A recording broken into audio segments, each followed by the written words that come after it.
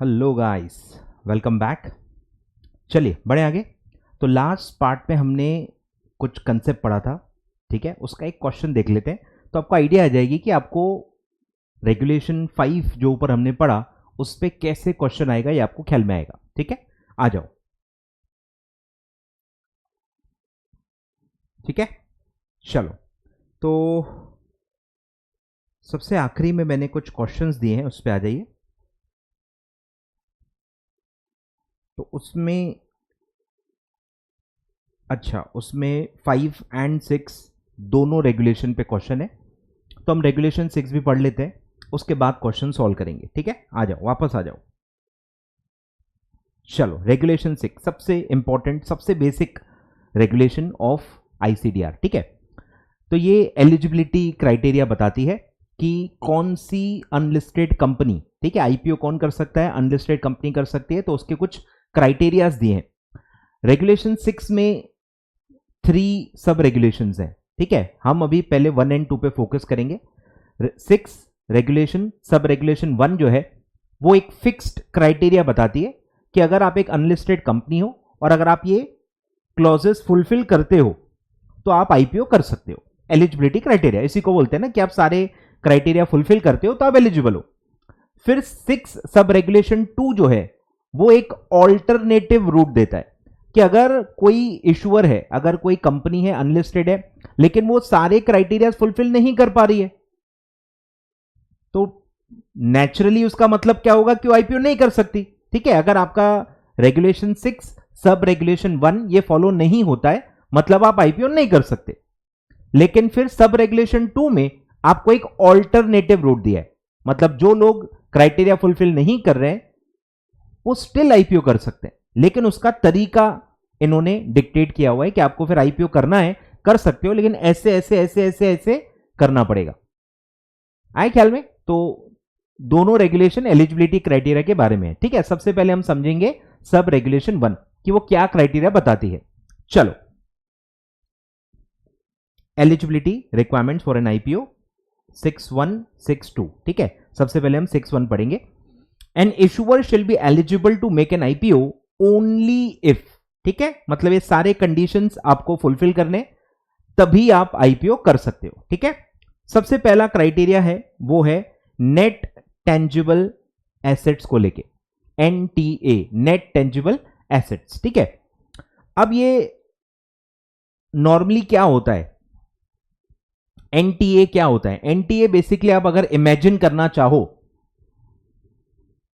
तो सारे जो आपके टेंजिबल एसेट्स हैं, ठीक है, मतलब आपको बैलेंस शीट में एसेट साइड होता है, आपको सारे एसेट्स लेने, सिर्फ इनटेंजिबल एसेट जो होते हैं वो छोड़ देने, मतलब टोटल में से इनटेंजिबल माइनस कर दो तो भी चलता है, या सिर्फ टेंजिबल टेंजिबल को आप ऐड कर लो तो भी चलता है।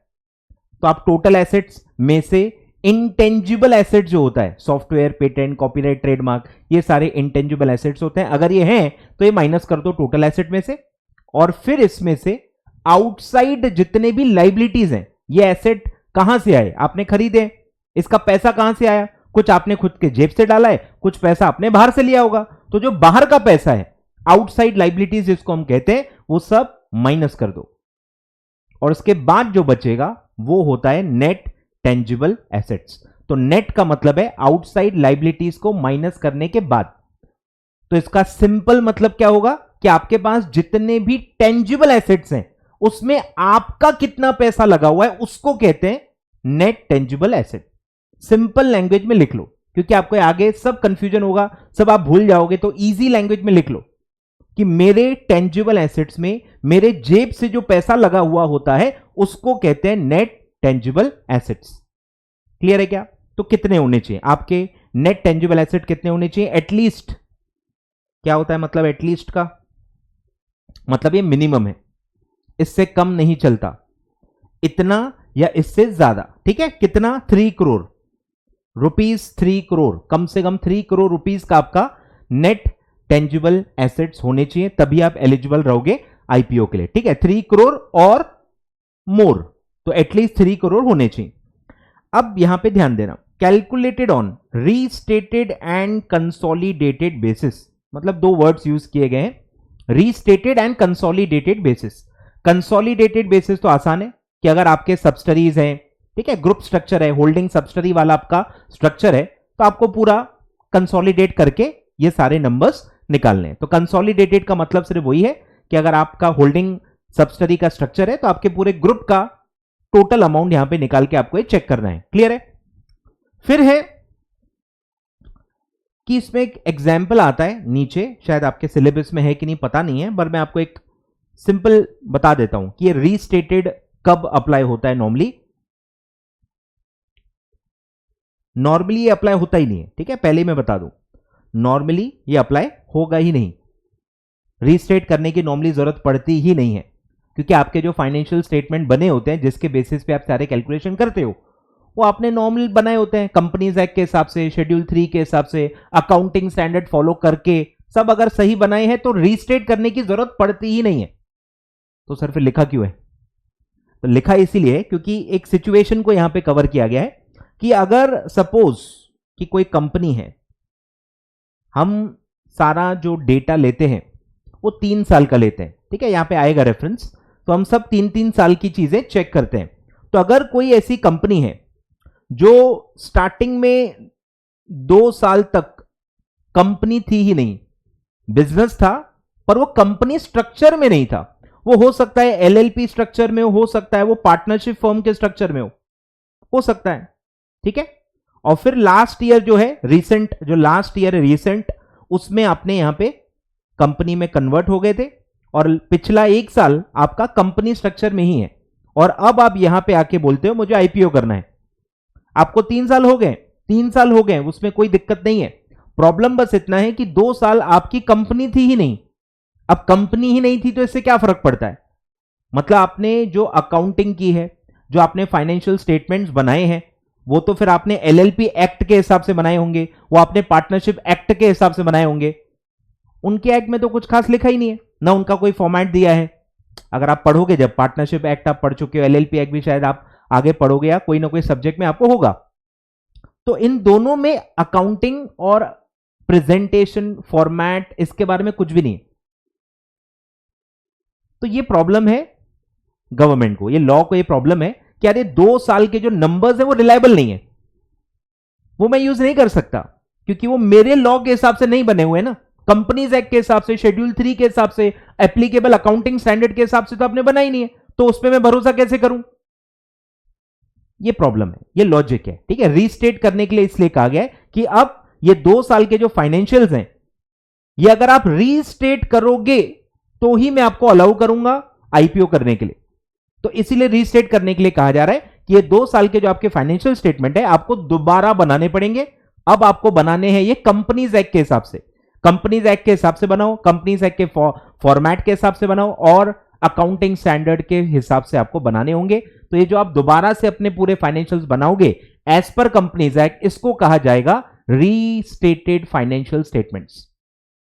अब जाहिर सी बात है ये हर वक्त अप्लाई होगा ही नहीं, ये सिर्फ जिनका स्ट्रक्चर कंपनी स्ट्रक्चर नहीं था in the past for some time, उनके लिए ही अप्लाई होगा। अगर मैं कंपनी हूं, स्टार्टिंग से लेके एंड तक मैं कंपनी थी, मेरे सारे फाइनेंशियल कंपनीज एक्ट के हिसाब से ही बने हुए, तो मुझे रीस्टेट करने की जरूरत नहीं है। अगर मैं एक स्टैंड अलोन कंपनी हूं, ना मेरी सब्सिडरी है ना मेरा कुछ भी है, मैं अकेली कंपनी हूं, तो मुझे कंसोलिडेटेड बेसिस भी अप्लाई नहीं होगा। कुछ समझ में आ रहा है? दोनों ये स्पेशल टाइप के कंपनीज को स्पेशल सिचुएशन में अप्लाई होता है, नॉर्मल कंपनीज पे दोनों चीजें अप्लाई नहीं होती है। अगर आप स्टार्टिंग से लेके एंड तक कंपनी थे तो रीस्टेटेड वाला आपको क्लॉज अप्लाई नहीं होगा, अगर आपकी कोई सब्सिडरी नहीं है तो आप पे कंसोलिडेटेड बेसिस वाला क्लॉज भी अप्लाई नहीं होगा। क्लियर है क्या? आगे बढ़ते हैं। चलो,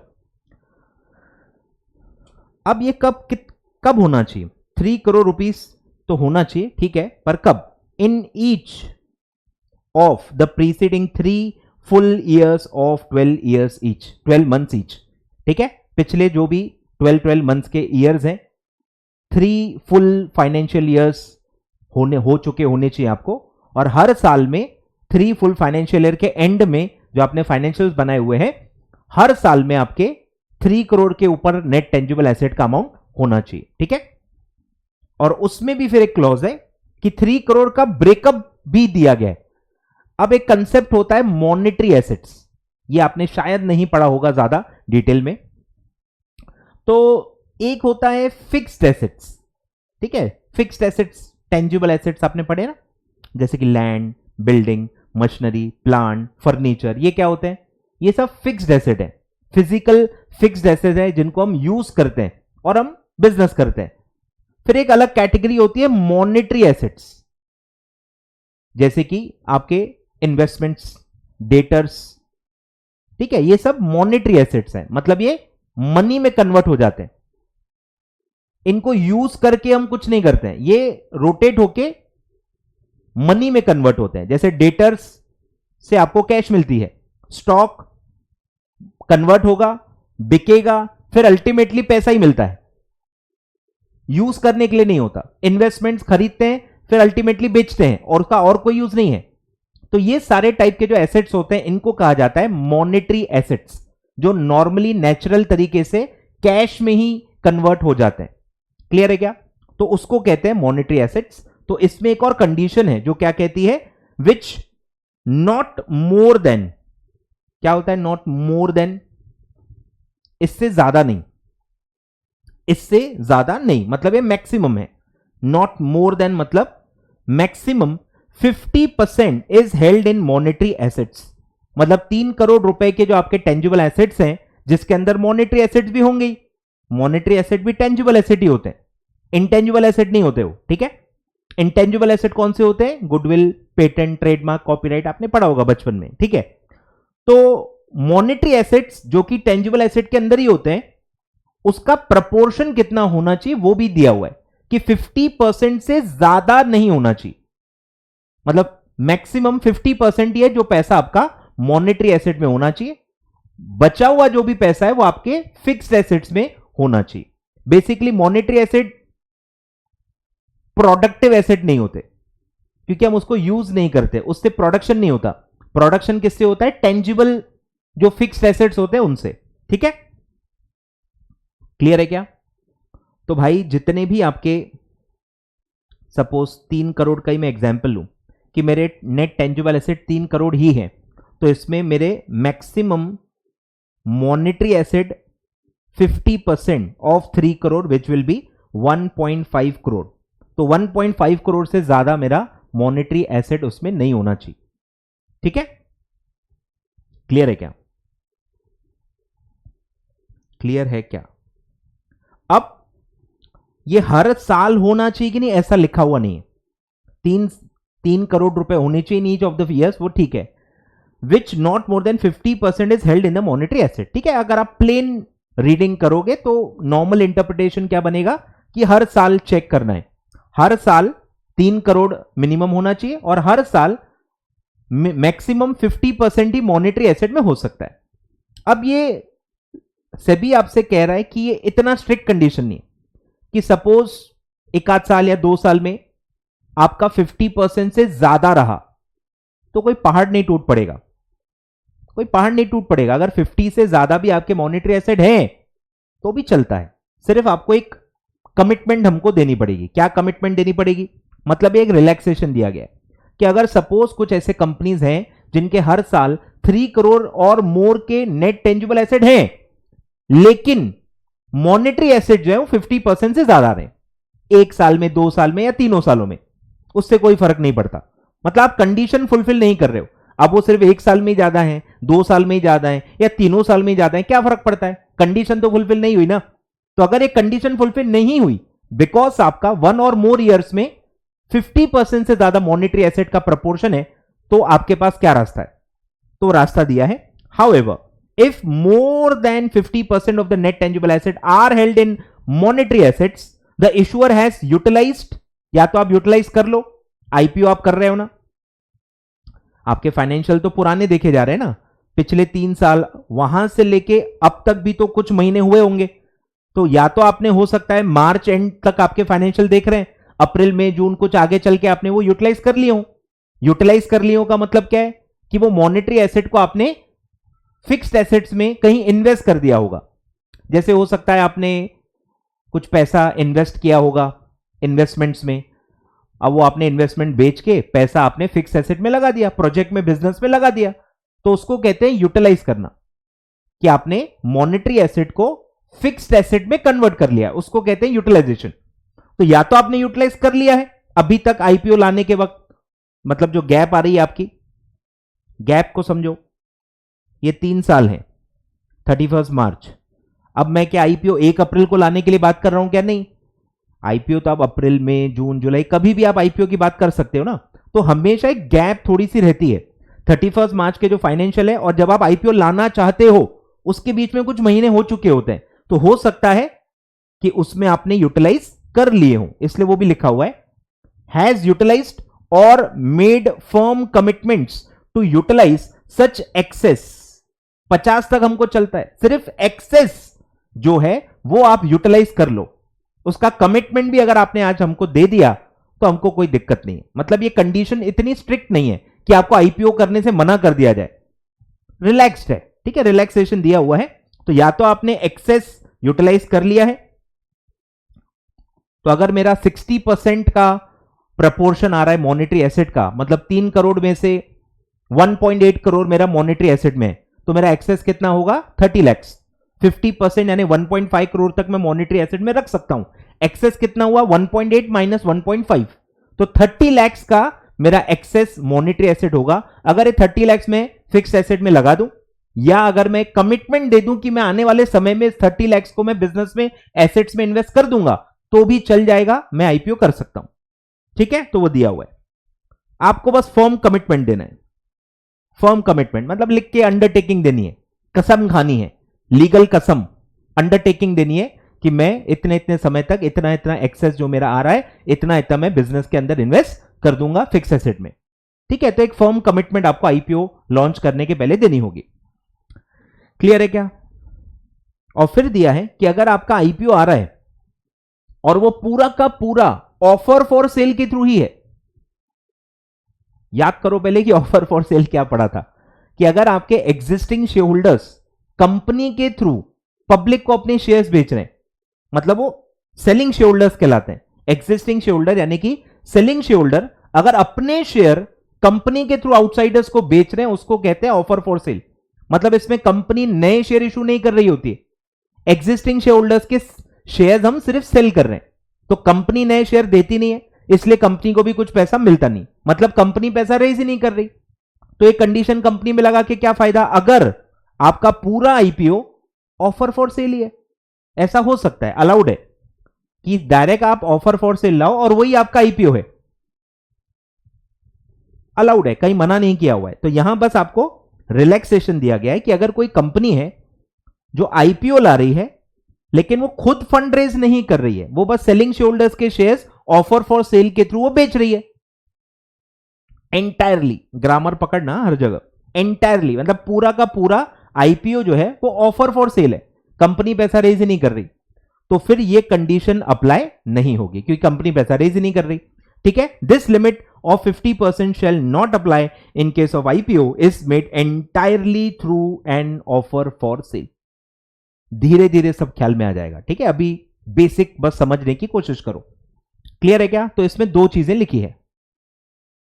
पहला लिखा है कि भाई of which not more than 50% can be in the monetary asset, ठीक है। फिर कहा है कि 50% से अगर आपके ज्यादा हैं तो या तो आपने यूटिलाइज कर लिए हैं, या अगर आप हमको फर्म कमिटमेंट भी दे देते हो कि आप ये एक्सेस यूटिलाइज कर लोगे तो भी हमको चलता है, आप आईपीओ ला सकते हो। और अगर कोई कंपनी है जो पूरा का पूरा आईपीओ ऑफर फॉर सेल के रूप में ला रही है तो उसको ये 50% की कंडीशन अप्लाई नहीं होगी। मतलब हम चेक ही नहीं करेंगे कि 50% है नहीं है, मॉनेटरी एसेट कितने हैं, ये कंडीशन ही मॉनेटरी एसेट वाली चेक नहीं करनी है अगर पूरा का पूरा आईपीओ ऑफर फॉर सेल है तो, ठीक है। क्लियर है क्या? ये पहला कंडीशन समझ में आ गया, देख लो यहां तक सब क्लियर है क्या? इमेजिन हो पा रहा है थोड़ा थोड़ा। अब आते हैं सेकंड कंडीशन में। Second condition is about operating profit. अब आपको थोड़ा सा बेसिक अकाउंट्स को भी यहां पे ध्यान देना है कि कौन सा ये जो नाम है ये बैलेंस शीट आइटम है कि ये प्रॉफिट एंड लॉस का आइटम है। इतनी बेसिक अकाउंटिंग की अंडरस्टैंडिंग आपको चाहिए कि जैसे मैंने आपको कहा कि नेट टेंजिबल एसेट्स देखेंगे, मतलब ये बैलेंस शीट का आइटम है, ये 31 मार्च को ही कैलकुलेट होता है। बैलेंस शीट के item as on a date होते हैं, और एज ऑन अ डेट कब नॉर्मली निकलते हैं, ये 31 मार्च को। तो ये सारे बैलेंस शीट आइटम्स हैं। फिर जब मैं ऑपरेटिंग प्रॉफिट नाम कह रहा हूं, ये फॉर द ईयर होता है, ये साल भर का होता है, क्योंकि ये पीएनएल का आइटम है। तो ये बेसिक थोड़ा सा अकाउंटिंग भी ध्यान रखो। The issuer has an average, ऊपर एवरेज नहीं था, वहां पे ईच लिखा था। फर्क समझो, हर क्लॉज में हर एक वर्ड से फर्क पड़ता है। काफी बच्चे ना बीकॉम स्टाइल में पढ़ते हैं, यहां ऐसा क्यों, वहां वैसा क्यों, यहां आपने एवरेज लिया वहां क्यों नहीं लिया। अरे क्योंकि वहां नहीं लिखा है। चीजें अज्यूम मत करो, ये लॉ है। क्लियर है क्या? यहां एवरेज लिखा हुआ है तो एवरेज लेंगे। ऊपर कहीं लिखा है एवरेज होना चाहिए, नहीं लिखा है ना। नेट टेंजिबल एसेट के सामने एवरेज लिखा है क्या? नहीं लिखा है, तो क्यों लूंगा? वहां ईच लिखा है, मतलब हर साल 3 करोड़ के ऊपर होना चाहिए। यहां ऐसा नहीं लिखा है, समझ रहे हो? तो ग्रामर बदल जाएगा तो तरीका भी बदल जाएगा। ठीक है, आगे बढ़ते हैं। तो एवरेज लेना है। एवरेज मतलब सिंपल एवरेज, 3 साल का एवरेज लेना है, मतलब तीनों के प्रॉफिट्स तीनों सालों के ऐड करो, डिवाइडेड बाय 3। सिंपल एवरेज, बचपन में पढ़ा होगा। ठीक है, तो ये वही वाला है। The issuer has an average operating profit. Operating profit क्या होता है? जिसमें नॉन ऑपरेटिंग कोई भी आइटम ना हो। सर ये नॉन ऑपरेटिंग क्या होता है? जो हमारे डे टू डे बिजनेस से रिलेटेड नहीं है। ऑपरेटिंग का मतलब क्या है? जो हमारा डे टू डे बिजनेस है। हमारा डे टू डे जो भी बिजनेस है, सेल हो गया, परचेज हो गया, सेल से रिलेटेड एक्सपेंसेस, परचेज से रिलेटेड एक्सपेंसेस, तो हमारे बिजनेस से जो भी रिलेटेड इनकम या एक्सपेंस है वो सब ऑपरेटिंग आइटम्स होते हैं। Salary, rent, travelling, advertising, commission, ठीक है, डिस्काउंट, इंटरेस्ट, ये इंटरेस्ट नहीं सॉरी, तो ये सारे आपके ऑपरेटिंग आइटम होते हैं।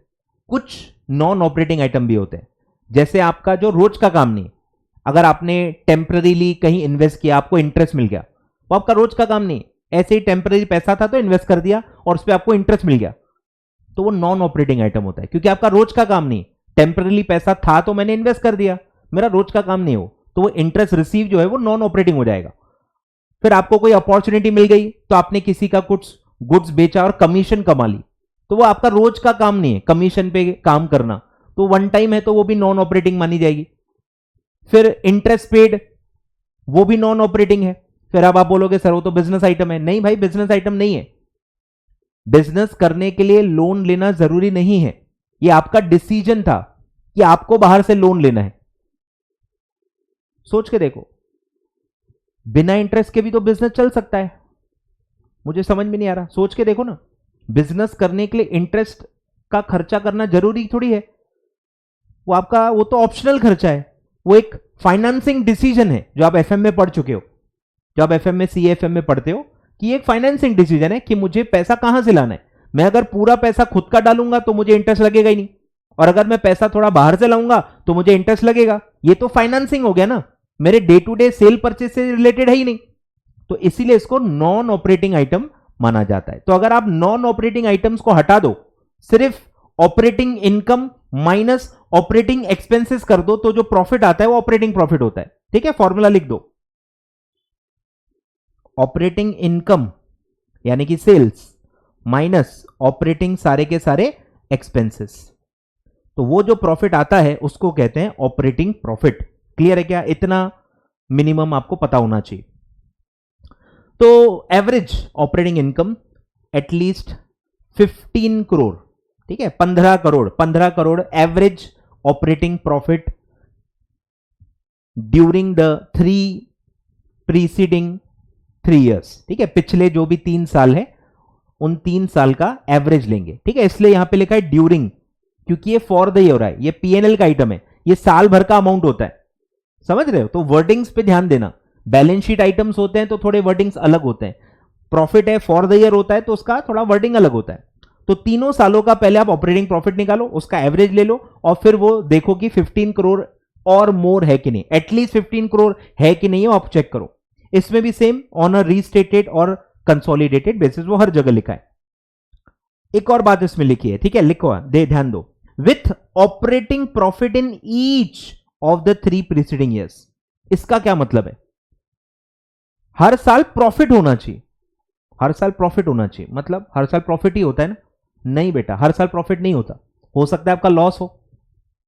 एक आध साल में, तीनों सालों में से एक आध साल में अगर आपका लॉस है तो वो नहीं चलेगा, भले आपका एवरेज 15 करोड़ से ज्यादा आ रहा है, लेकिन अगर आपका एक आध साल या 2 साल या तीनों सालों में, हो ही नहीं सकता, 1 या 2 सालों में अगर आपका लॉस आ रहा है तो भी आप एलिजिबल नहीं रहोगे। 1 साल में भी लॉस नहीं होना चाहिए, हर साल प्रॉफिट ही प्रॉफिट होना चाहिए और तीनों सालों का एवरेज 15 करोड़ और मोर होना चाहिए।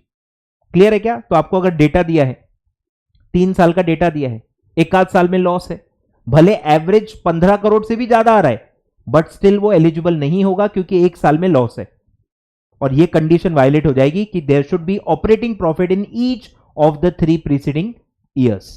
क्लियर है क्या? तो ध्यान देना, no loss in any year, हर साल में प्रॉफिट होना चाहिए, मतलब किसी भी साल में लॉस नहीं होना चाहिए। ठीक है, no loss in any year. तो ये सेकेंड कंडीशन हो गई। फिर आता है थर्ड पे कि आपका नेटवर्थ एटलीस्ट 1 करोड़ होना चाहिए इन ईच। ये भी अब बैलेंस शीट आइटम है। नेटवर्थ कैसे निकलता है? बैलेंस शीट से। अब नेटवर्थ और नेट टेंजिबल एसेट में बहुत ज्यादा फर्क नहीं है, सिर्फ इनटेंजिबल एसेट्स का फर्क है।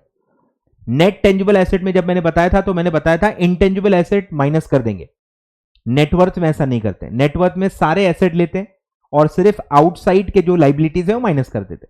तो नेटवर्थ और नेट टेंजिबल एसेट में फर्क क्या है? सिर्फ इनटेंजिबल एसेट्स का।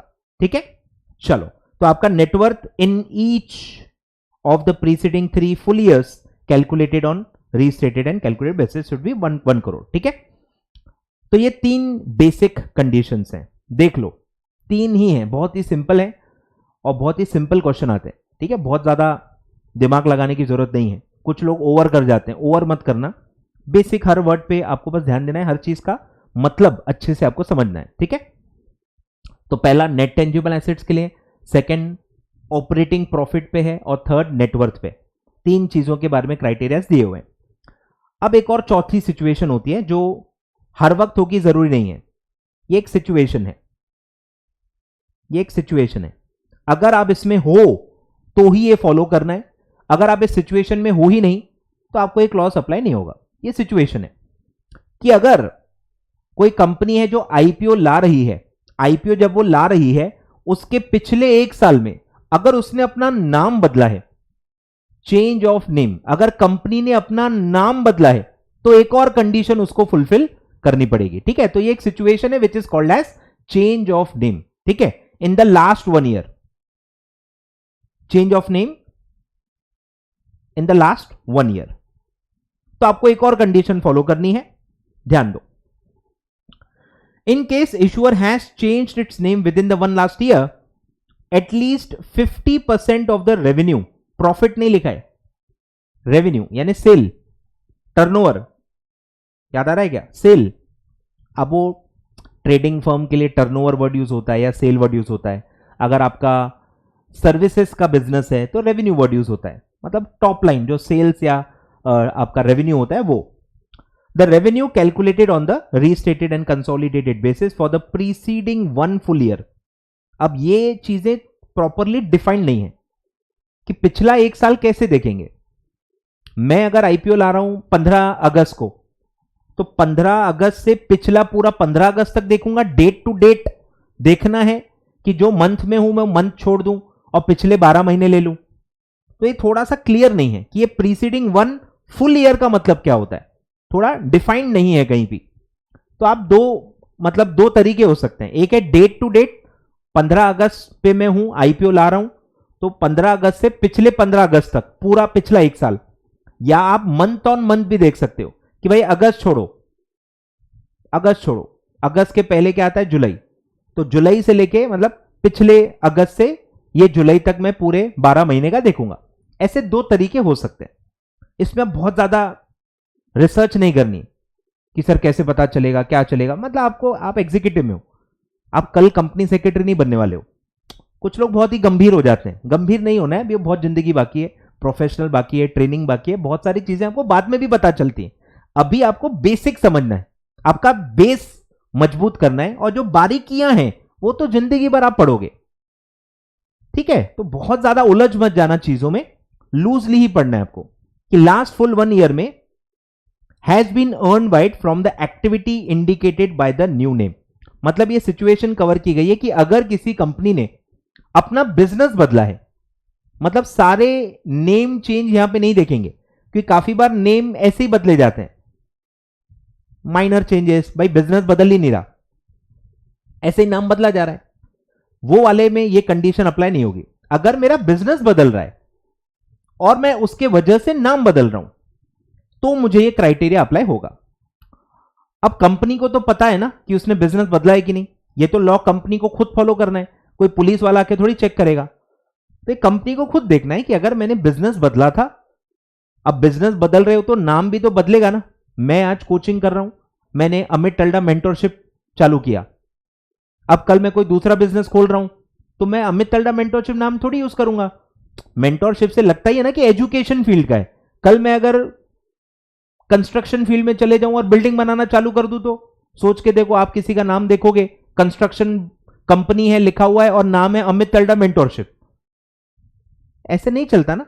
तो अगर आप बिजनेस बदलते हो तो काफी बार ऐसा होता ही है कि आप नाम भी बदलोगे, कि आपके नाम से वो नई एक्टिविटी रिफ्लेक्ट होनी चाहिए। तो अगर ऐसी सिचुएशन है कि आपने बिजनेस भी बदला है, साथ साथ में आपने नाम भी बदला है, तो आपको क्या चेक करना है, ध्यान देना। तो मुझे यह चेक करना है कि जो नया नाम है उससे कितनी रेवेन्यू हुई है, नए नाम से मैंने कितनी रेवेन्यू कमा ली है, और वो मिनिमम 50% होनी चाहिए। नए नाम से जो रेवेन्यू है वो पूरे 1 साल की रेवेन्यू में से मिनिमम 50% होनी चाहिए। आधे से ज्यादा इनकम पिछले 1 साल की नए नाम से आनी चाहिए, सिंपल, आधे से ज्यादा, ठीक है। एटलीस्ट 50% जो रेवेन्यू है वो नए नाम से आनी चाहिए, नई एक्टिविटी से आनी चाहिए, तो मैं आईपीओ कर सकता हूं। अगर नहीं आई है तो फिर मुझे वेट करना पड़ेगा। सपोज 40% है, मुझे वेट करना पड़ेगा और 1-2 महीने वेट करना पड़ेगा, नई एक्टिविटी से और कमाना पड़ेगा, उसका प्रपोर्शन 50% तक पहुंचने तक वेट करना पड़ेगा, और उसके बाद मैं आईपीओ कर सकता हूं। लेकिन जब तक 50% रेवेन्यू नए एक्टिविटी से नए नाम से नहीं आती तब तक मैं आईपीओ नहीं कर सकता। क्लियर है क्या यहां तक? बस इतनी ही डिटेल में पढ़ना है, बहुत ज्यादा कुछ बच्चे एक्साइट हो जाते हैं तो नहीं होना है, मेन चीजों पे पहले फोकस करना है। क्लियर है क्या? क्लियर है क्या? अब इस पे क्वेश्चन आया, अगर आया नहीं है आज तक, पर अगर आया अगर, तो आपको दिया रहेगा, आपको सब दिया रहेगा, आपको कुछ नहीं करना होता है। उसमें दिया रहेगा भाई पिछले 1 साल का रेवेन्यू है 500 करोड़, आपको डेट का मतलब फर्क आपको यूज ही नहीं करना है, आपको पिछले 1 साल का पूरा रेवेन्यू दिया रहेगा। तो डेट टू डेट है, मंथ टू मंथ है, इससे कोई फर्क नहीं पड़ता, आपको उस पर टेस्ट नहीं किया जाएगा। क्लियर है क्या? आपको दिया जाएगा भाई 1 फुल ईयर का रेवेन्यू है 500 करोड़ और न्यू एक्टिविटी से आ गया 200 करोड़, तो बताओ ये कंपनी एलिजिबल है कि नहीं, बस इतना पूछा रहेगा। आपको क्या करना है, परसेंटेज निकालना है, आपको परसेंटेज निकालना है भाई। नए एक्टिविटी का 200 divided by full year 500 into 100 percentage में कैलकुलेट करने के लिए तो ये हो जाता है 40%। अब ये एटलीस्ट 50% है क्या? नहीं है, मतलब कंपनी एलिजिबल नहीं है, अभी एलिजिबल नहीं है। जब तक ये 50 क्रॉस नहीं होता तब तक कंपनी आईपीओ नहीं कर पाएगी, ठीक है। बस आपको इतना ही टेस्ट किया जाएगा, इससे ज्यादा एक्सपेक्टेड नहीं है। क्लियर है क्या यहां तक? एग्जाम्पल लिख लो भले।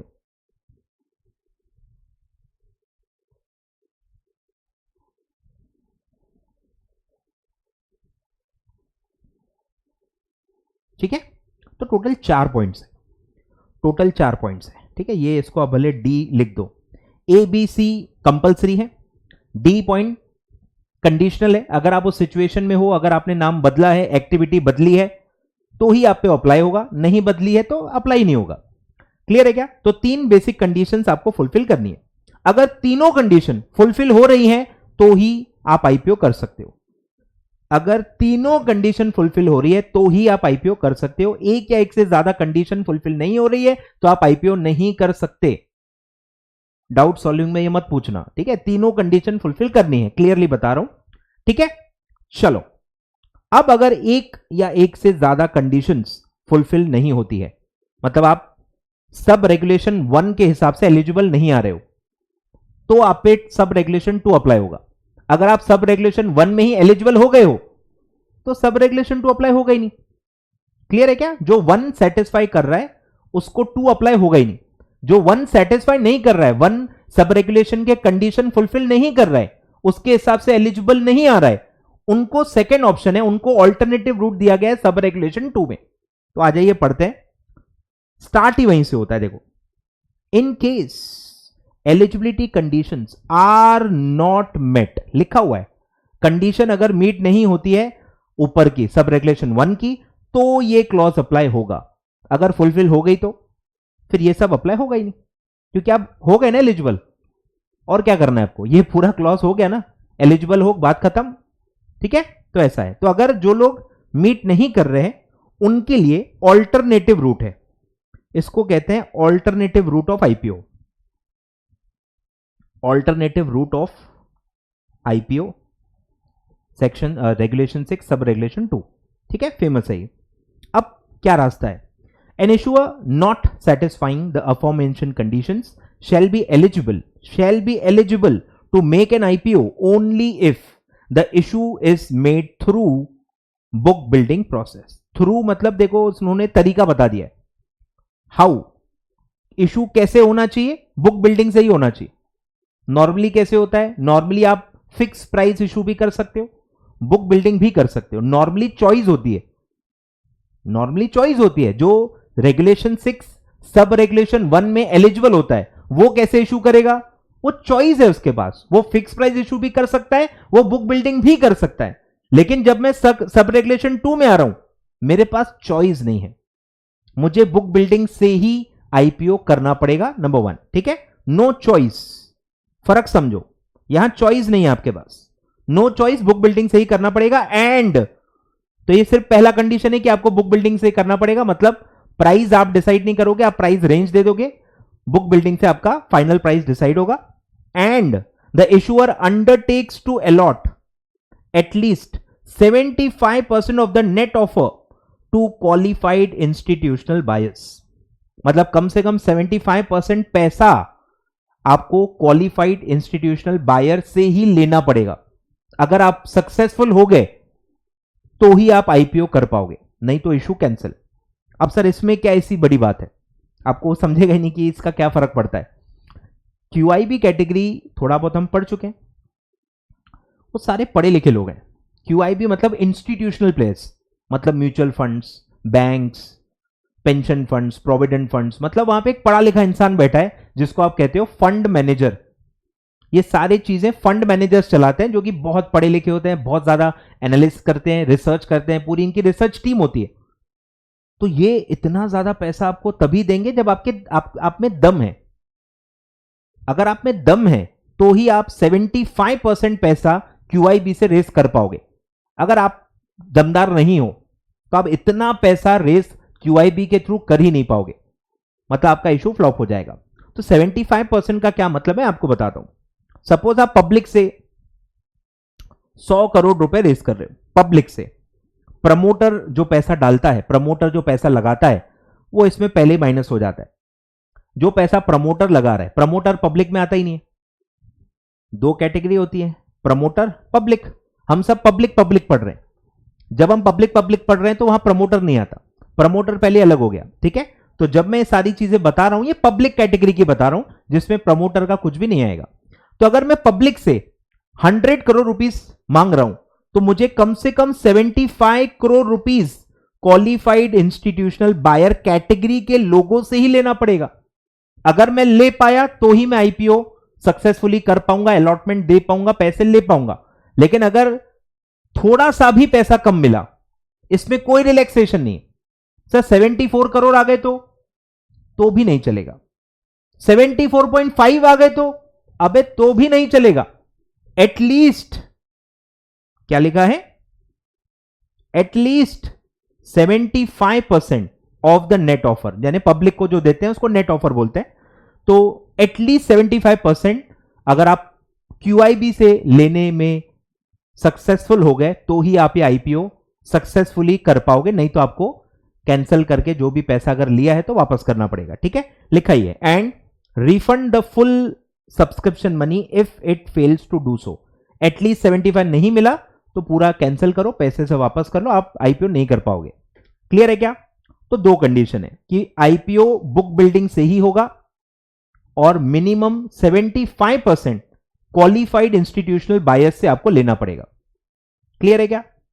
तो ये पूरा ऑल्टरनेटिव रूट है, मतलब ये वही कंपनियां कर पाएंगी जिनको भरोसा है अपने आप पे, जिनका बिजनेस अच्छा है, जिनको डर नहीं है, जिनको पता है कि अगर कोई भी मेरा बिजनेस एनालाइज करेगा तो अच्छा है, तगड़ा बिजनेस है, अच्छा फ्यूचर है और क्वालिफाइड इंस्टीट्यूशनल बायर्स भी पैसा लगाने के लिए रेडी हो जाएंगे। अगर आप में इतना कॉन्फिडेंस है तो ही आप ये ऑल्टरनेटिव रूट लेते हो, ठीक है?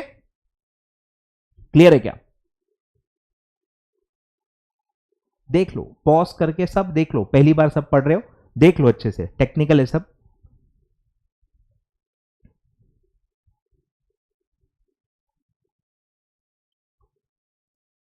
अब आगे बढ़ते हैं। अब आप समझो बात को कि प्राइसिंग के जो दो तरीके मैंने आपको बताए थे, ठीक है, उसमें एक मैंने ऐसा समरी दिया, ध्यान दो कि अगर मैं सारे पैरामीटर्स फुलफिल कर रहा हूं अंडर 6 सब रिलेक्शन 1 तो मैं प्राइसिंग कैसे डिसाइड करूंगा? कोई भी तरीके से, दो चॉइस होती है, मैं चूज करूंगा, ठीक है। मैं फिक्स प्राइस इशू भी रख सकता हूं, मैं बुक बिल्डिंग भी कर सकता हूं। अगर मैं यहां बुक बिल्डिंग कर भी रहा हूं, ये वॉलेंट्री बुक बिल्डिंग है। 6(1) में बुक बिल्डिंग होती भी है अगर, वो वॉलेंट्री होती है, मैंने चूज किया है कि मुझे बुक बिल्डिंग से करना है, ठीक है। तो समझो बात को।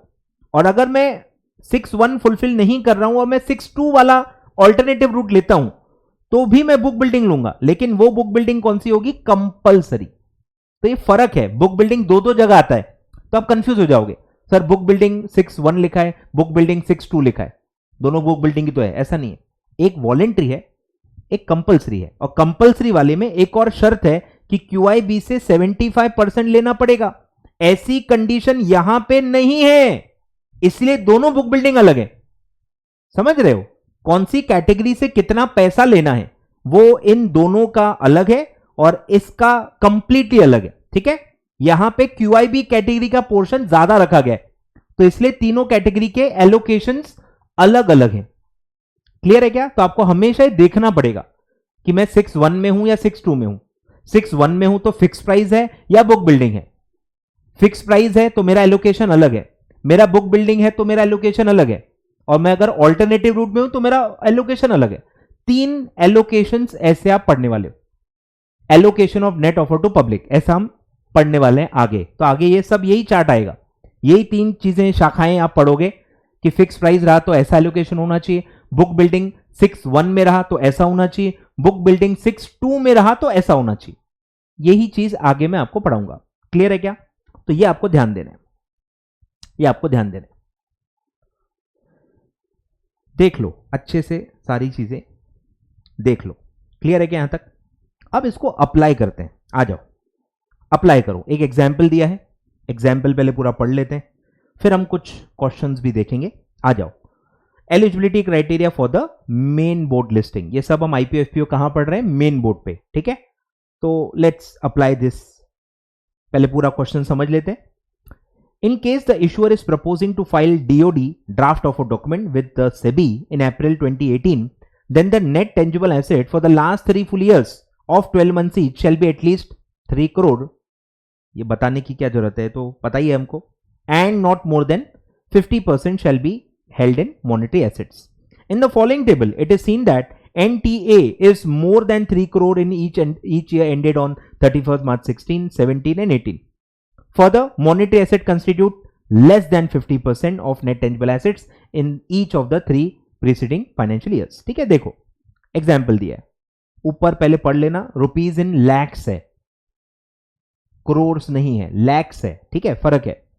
तो नेट टेंजिबल एसेट्स मेरे 2016 31 मार्च पे है 2532 लैक्स, यानी 25.32 करोड़, 35.1 करोड़, 46.57 करोड़, तीनों सालों में 3 करोड़ से ज्यादा ही है, ठीक है। सिर्फ 3 करोड़ का रिक्वायरमेंट है, यहां 25 करोड़ है, यहां 35 करोड़ है और वहां 46 करोड़ है, बहुत ज्यादा है रिक्वायरमेंट से। तो तीनों सालों में इन each of the 3 financial years 3 crore से ज्यादा नेट टेंजिबल एसेट्स हैं। पहला कंडीशन फुलफिल।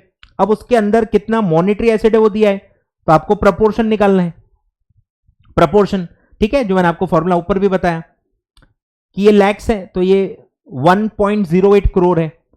25.32 करोड़ में सिर्फ 1.08 करोड़ आपके मॉनेटरी एसेट है। परसेंटेज निकाल लो कैलसी लो, डिवाइड करो monetary assets divided by net tangible assets into 100 करो।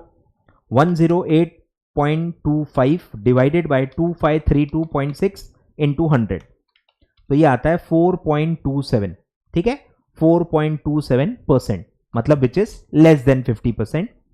फिर सेकंड में देख लो 302.33 डिवाइडेड बाय 3510.33 इनटू 100, तो ये आता है 8.61%, ठीक है, less than 50%। Same goes for third year 288.17 divided by 4657.50 into 100, तो ये आता है 6.19%, मतलब तीनों सालों में 50% से कम है। मतलब पूरा पहला कंडीशन नेट टेंजिबल एसेट और उसके अंदर कितने मॉनेटरी एसेट हो सकते हैं उसका कंडीशन फुलफिल हो रहा है। अब अगर कुछ लोगों के मन में आएगा, अब अगर सर किसी ईयर में 50 के ऊपर आता तो हम लिखते कि नहीं है, एलिजिबल नहीं है। बट अगर कंपनी यूटिलाइज कर चुकी है या कमिटमेंट भी दे देती है, रिटर्न कमिटमेंट दे देती है कि वो एक्सेस यूटिलाइज कर देंगे, तो आप एलिजिबल हो। आपको इस तरह लिखना पड़ेगा कि अभी ये नंबर्स के हिसाब से एलिजिबल नहीं है, लेकिन अगर वो फर्म कमिटमेंट दे देती है तो वो एलिजिबल हो जाएगी, ठीक है। आगे बढ़ते हैं। फिर एक नेट टेंजिबल एसेट का डेफिनेशन दिया हुआ है, देखो, NTA means sum of all net assets of the issuer excluding the intangible asset. Intangible asset हटा दो, ठीक है। और यहां नेट लिखा ही है। नेट एसेट्स का मतलब क्या है? आउटसाइड लाइबिलिटीज माइनस करने के बाद, आउटसाइड लाइबिलिटी माइनस करने के बाद जो आता है नंबर, वो आता है नेट एसेट्स, ठीक है। तो नेट एसेट में से मैं इंटेंजिबल हटा दूं तो नेट टेंजिबल बचेगा, ठीक है। तो बस ये वही है। तो ये पहला कंडीशन था कि इस तरह से आपको चेक करना है। सेकंड पे आ जाओ, ऑपरेटिंग प्रॉफिट कैसे चेक करेंगे, आ जाओ। नंबर 2, तो इसमें भी सब वो दिया है, ठीक है, कि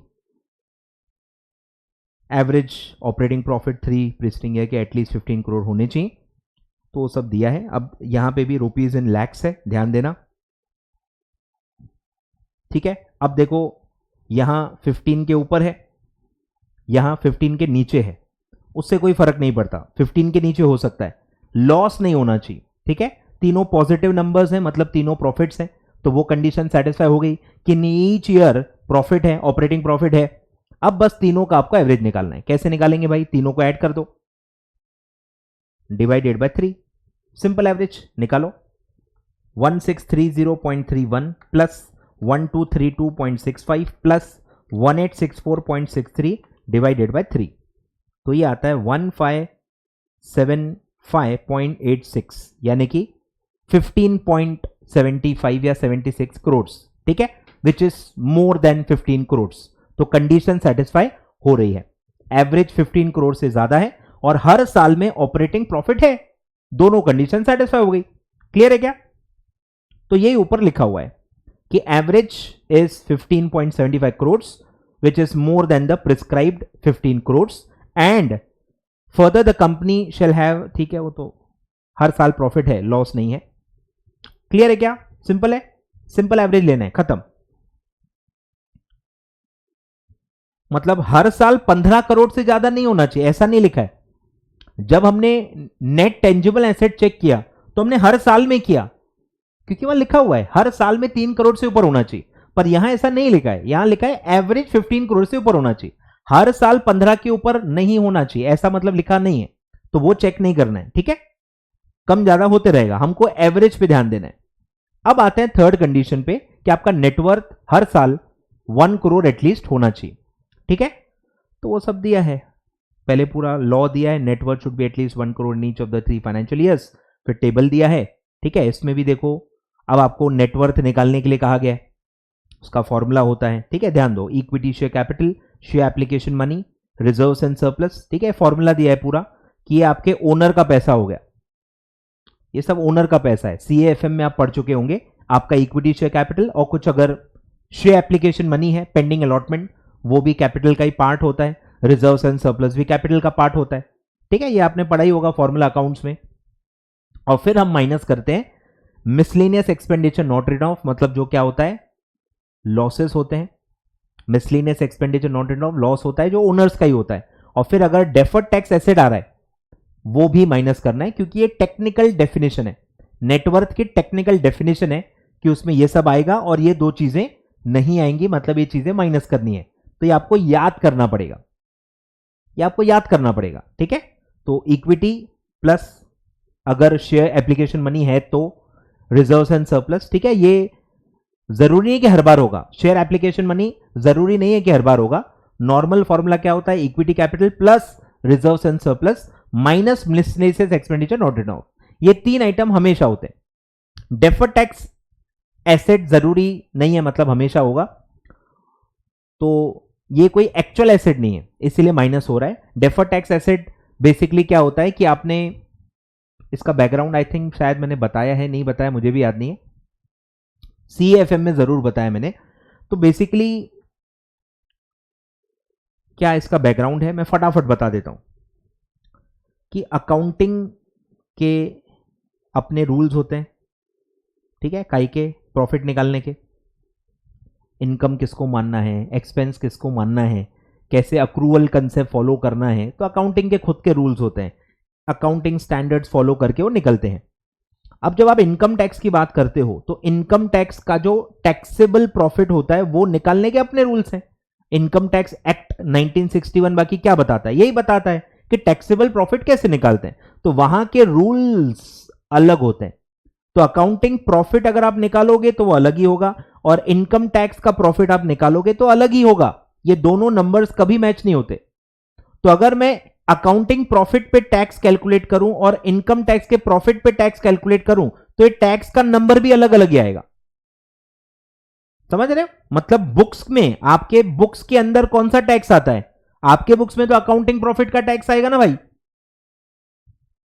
आप अकाउंटिंग कर रहे हो ना, तो अकाउंटिंग का प्रॉफिट आएगा, अकाउंटिंग प्रॉफिट पे अकाउंटिंग के हिसाब से जो टैक्स बनता है आपकी बुक्स में ये सब आएगा। पर जब आप पैसे भरने जाओगे तो इनकम टैक्स वाले आपके अकाउंटिंग बुक्स के हिसाब से टैक्स नहीं लेने वाले, वो अपने रूल्स के हिसाब से टैक्स लेंगे। तो जो बुक्स में टैक्स पेबल आ रहा है और जो एक्चुअली टैक्स आप भरोगे, ये दोनों नंबर्स अलग होते हैं, कभी कोई नंबर ज्यादा होगा, कभी कोई नंबर कम होगा, ऐसा कम ज्यादा होते रहता है। एग्जाम्पल लेते हैं, अगर मेरे बुक्स में आ रहा है कि मुझे 50 लाख रुपए का टैक्स भरना है और इनकम टैक्स के रूल्स के हिसाब से मेरा आ रहा है 40 लाख का टैक्स, अब मैं एक्चुअली कितना भरूंगा, इनकम टैक्स वाले एक्चुअली मुझसे कितना टैक्स मांगेंगे, 40 लाख, उनको फर्क नहीं पड़ता आपके बुक्स में क्या है, अपने जेब में डालो, हम उसके हिसाब से टैक्स नहीं लेते। हमारा जो इनकम टैक्स एक्ट है उसके हिसाब से जो प्रॉफिट आएगा उस पे जो टैक्स आएगा वो हम बोलेंगे।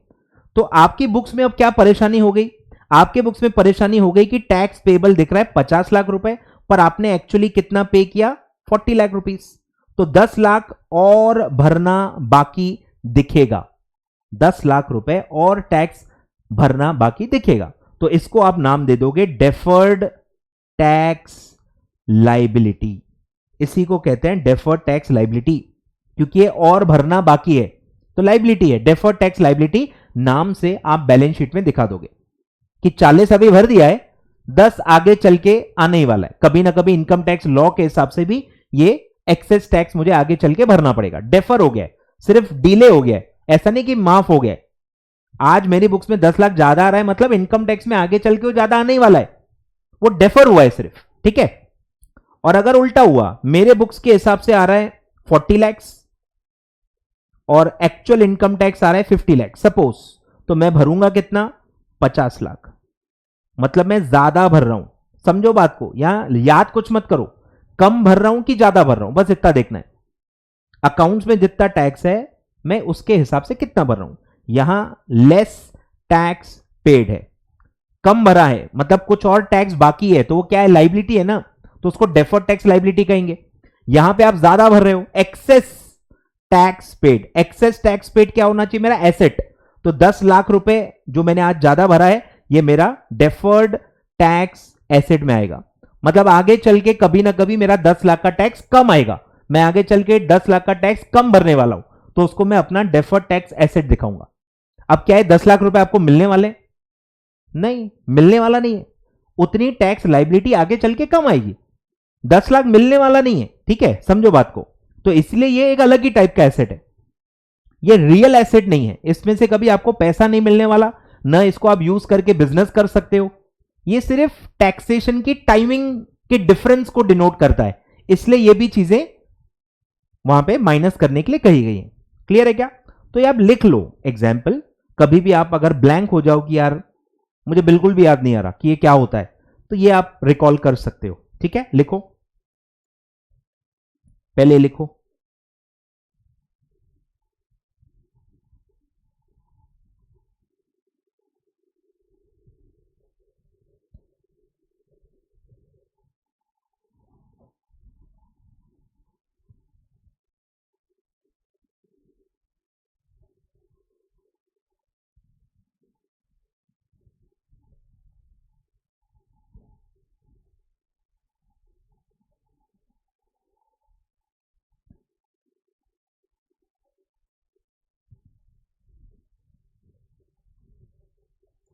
चलो ठीक है, आगे बढ़ते हैं। तो ये हर साल में आपने निकाला, ये सब डेटा दिया रहेगा आपको, आपको बस ये डेटा से प्लस माइनस करके ये आपको निकालना है। तो मैंने ये सब चीजें ऐड की, ऐड करके ये सब आया और ये चीजें माइनस की, तो मुझे फाइनल फिगर मिल गया। अब ये कितना है देखो, 25.76 करोड़, 35.95 करोड़, 47.03 करोड़, ये लैक्स में है। 100 लैक्स मतलब 1 करोड़। ठीक है, इसको मैं 100 से डिवाइड करूंगा तो 1 करोड़ में कन्वर्ट होते जाएगा। ठीक है, इसलिए मैं 2 डेसिमल आगे डॉट डाल रहा हूं, मतलब मैं डिवाइडेड बाय 100 कर रहा हूं। लैक्स को 100 से डिवाइड करोगे तो करोड़ में कन्वर्ट होता है, बेसिक्स। तो सब में 1 करोड़ के तो ऊपर ही मुझे दिख रहा है। ठीक है, तो वो कंडीशन मतलब सेटिस्फाई हो रही है। तो तीनों कंडीशन देखो सेटिस्फाई हो गई। नेट टेंजिबल एसेट 3 करोड़ के ऊपर है। ठीक है, फिर मॉनेटरी एसेट भी 50% से कम थे। फिर हमारा ऑपरेटिंग प्रॉफिट एवरेज 15 करोड़ से ज्यादा था और हर साल ऑपरेटिंग प्रॉफिट भी था। फिर हमने नेटवर्थ निकाला तो नेटवर्थ भी हर साल में 1 करोड़ के ऊपर है। तीनों कंडीशन सेटिस्फाई हो गई, मतलब मैं आईपीओ के लिए एलिजिबल हूं। ठीक है, तो वो दिया है, since all the above eligibility condition are satisfied in the example and there is no change in name, क्योंकि दिया हुआ नहीं है, हम अज्यूम नहीं कर सकते हैं, there is no change of name, तो वो कंडीशन हमको फॉलो करने की जरूरत नहीं है। The company is eligible to make an IPO. ठीक है, तो एक एग्जाम्पल दिया कि ऐसे नंबर्स कैसे वर्क करते हैं। पर अगर सपोज ये सेटिस्फाई नहीं हो पाते, कहीं ना कहीं सपोज हमारा कोई कंडीशन सेटिस्फाई नहीं हो पाता, तो क्या होता, तो ये होता। तो लिखा हुआ भी है, However, in case, लिखा ही है, in case अगर खुदा ना खास्ता the issuer does not satisfy the eligibility conditions stipulated above, it may make an IPO through book building process and further undertake to allot at least 75% of the net offer to the qualified institutional buyers and to refund full application money if it fails to do so. Clear है क्या? 6 subsection 2। तो ये हर जगह आपको ध्यान देना है। Case study type जब क्वेश्चंस आते हैं, सपोज 6 सबसेक्शन 1 पे क्वेश्चन आता है और 6 सबसेक्शन 1 के हिसाब से आप लिखते हो कि एलिजिबल नहीं है, आंसर वहां खत्म नहीं होता। जब जब 6.1 में आप एलिजिबल नहीं हो, 6.2 का रेफरेंस बताना जरूरी है कि 6.1 के हिसाब से आप एलिजिबल नहीं हो, पर 6.2 का रास्ता अभी भी आपके पास है। कंपनी चाहे तो बुक बिल्डिंग करके 75% क्यूआईपी को देके आईपीओ कर सकती है, ये मेंशन करना जरूरी है। क्लियर है क्या? तो ये इस तरह से नंबर्स कंडीशंस आपको चेक करनी है। आज के पार्ट में इतना ही है। नेक्स्ट पार्ट में अब मैं पहले केस स्टडीज आपको बताऊंगा, रेगुलेशन 5 एंड रेगुलेशन 6 पे जो 1-2 और केस स्टडीज मैंने नीचे दी हुई है, वो पहले हम अच्छे से स्टडी कर लेंगे।